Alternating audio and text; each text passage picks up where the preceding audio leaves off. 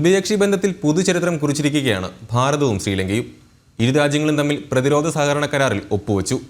Indian മഹാസമുദ്ര മേഖലയിൽ ആധിപത്യമുറപ്പിക്കാൻ China ശ്രമിക്കുന്നതിനിടെയാണ് ഭാരതത്തിന്റെ നിർണായക ചുവടുവയ്പ്.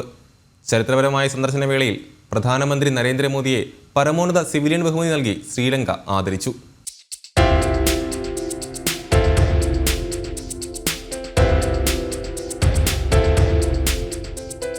ശ്രീലങ്കയിൽ മുൻപ് ഒരു രാഷ്ട്ര നേതാവിനും ലഭിക്കാത്ത ഉജ്ജ്വല വരവേൽപ്പ്.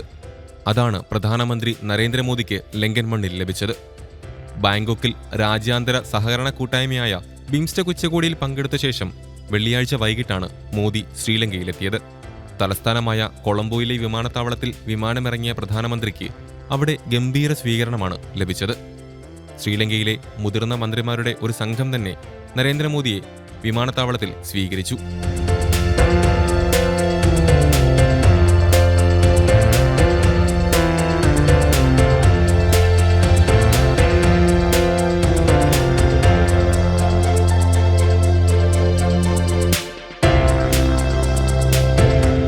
കൊളംബോയിലെ സ്വാതന്ത്ര്യ ചത്തുരത്തിൽ പ്രസിഡന്റ് അനുരകുമാര ദിസനായകെ മോദിയെ സ്വീകരിച്ചു.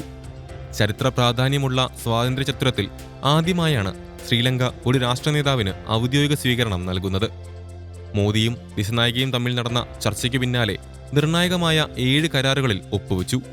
ഇതിൽ സുപ്രധാനം പ്രതിരോധ സഹകരണ ഉടമ്പടിയാണ്.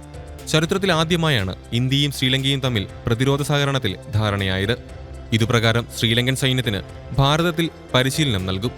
സാങ്കേതിക വിദ്യയും മറ്റു സൈനിക വിവരങ്ങളും ഇരു രാജ്യങ്ങളും പരസ്പരം കൈമാറും. 5 വർഷത്തേക്കാണ് സൈനിക കരാർ. ഇരു രാജ്യങ്ങളുടെയും സുരക്ഷാ താൽപര്യങ്ങൾ സമാനമാണെന്ന് കരുതുന്നതായി മോദി പറഞ്ഞു. ഇന്ത്യൻ താൽപര്യങ്ങളോടുള്ള അനുഭാവപൂർണമായ നിലപാടിന് പ്രസിഡന്റ് ദിസനായകയോട് അദ്ദേഹം നന്ദിയും അറിയിച്ചു. ഇന്ത്യക്ക് ഭീഷണി ഉയർത്തുന്ന ഒരു പ്രവൃത്തിയും ലങ്കയുടെ മണ്ണിൽ അനുവദിക്കില്ലെന്ന് ദിസനായകയും പറഞ്ഞു. ദുരിതകാലത്ത് ഭാരതം ശ്രീലങ്കയ്ക്ക് നൽകി വന്ന പിന്തുണയ്ക്ക് നന്ദി അറിയിക്കാനും ദിസനായകെ മറന്നില്ല. കഴിഞ്ഞ സെപ്റ്റംബറിൽ ദിസനായകെ പ്രസിഡന്റായി ചുമതലയേറ്റ ശേഷം ശ്രീലങ്ക സന്ദർശിക്കുന്ന ആദ്യത്തെ ആഗോള നേതാവാണ് മോദി. ഡിസംബറിൽ ദിസനായകെ ഇന്ത്യയും സന്ദർശിച്ചിരുന്നു. ഈ സുപ്രധാന ചുവടുവയ്പിലൂടെ ഇന്ത്യൻ മഹാസമുദ്രത്തിൽ വർദ്ധിച്ചുവരുന്ന ചൈനീസ് ആധിപത്യത്തെ ചെറുക്കുകയാണ് ഭാരതം. ചൈന ഇപ്പോൾ ശ്രീലങ്കയിലെ ഊർജ്ജ പ്രതിരോധ മേഖലകളിൽ വൻ നിക്ഷേപമാണ് നടത്തുന്നത്. ചൈനയെ വെല്ലാൻ UAEയുമായി ചേർന്ന് വൻ പദ്ധതികൾ നടപ്പാക്കുകയാണ് ഭാരതം. ശ്രീലങ്കയുടെ കിഴക്കൻ മേഖലയിലെ തുറമുഖ നഗരമായ ട്രിങ്കോമാലിയിൽ ഊർജ്ജ ഹബ്ബ് സ്ഥാപിക്കാൻ ധാരണയായി. ഇന്ത്യ, UAE, ശ്രീലങ്ക എന്നിവർ ചേർന്നാണ് ഈ പദ്ധതി. കിഴക്കൻ ശ്രീലങ്കയിലെ തുറമുഖ തീരത്തുള്ള തന്ത്രപ്രധാനമായ തുറമുഖ നഗരമാണ് ട്രിങ്കോമാലി. ചൈന 2017 ശ്രീലങ്കയിലെ രണ്ടാമത്തെ വലിയ തുറമുഖമായ ഹമ്പൻടോട്ടയിൽ ഉണ്ടാക്കിയ $320 കോടി എണ്ണ ശുദ്ധീകരണശാല കരാറിനെ വെല്ലുന്നതാണ് മോദി ഒപ്പുവെച്ച ഈ കരാർ. ഊർജ്ജ ഹബ്ബ് പദ്ധതിക്ക് പുറമെ $10 കോടി സൗരോർജ്ജ പദ്ധതിയിലും ഇന്ത്യയും ശ്രീലങ്കയും ഒപ്പുവെച്ചിട്ടുണ്ട്.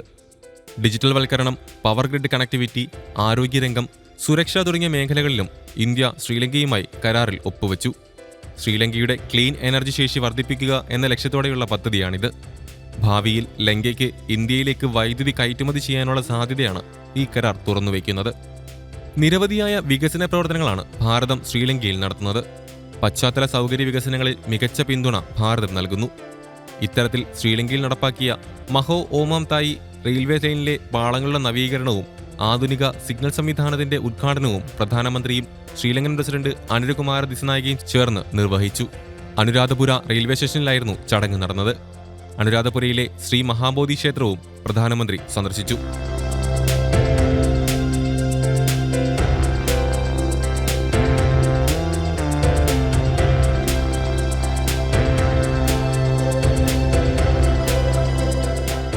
ചരിത്രപരമായ സന്ദർശനവേളയിൽ ശ്രീലങ്കയുടെ പരമോന്നത ബഹുമതിയായ മിത്ര വിഭൂഷണ പ്രധാനമന്ത്രി നരേന്ദ്രമോദിക്ക് ലഭിച്ചു. ശ്രീലങ്കൻ പ്രസിഡന്റ് ദിസനായകെ പ്രധാനമന്ത്രി നരേന്ദ്രമോദിക്ക് പുരസ്കാരം നൽകി ആദരിച്ചു.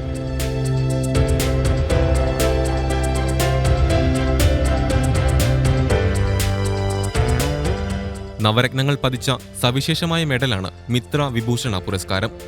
ഇന്ത്യയും ശ്രീലങ്കയും തമ്മിലുള്ള സാംസ്കാരിക പാരമ്പര്യങ്ങളും ബുദ്ധ പൈതൃകവും സൂചിപ്പിക്കുന്ന ധർമ്മചക്രയും സമൃദ്ധിയെ സൂചിപ്പിക്കുന്ന കലശവും അമൂല്യമായ സൗഹൃദബന്ധത്തിന്റെ പ്രതീകമായി നവരത്നങ്ങളുമടങ്ങിയ മിത്രവിഭൂഷണ ബഹുമതിയിൽ കാലാതീതമായ ബന്ധത്തിന്റെ പ്രതീകമായി സൂര്യനും ചന്ദ്രനും ആലേഖനം ചെയ്തിട്ടുണ്ട്.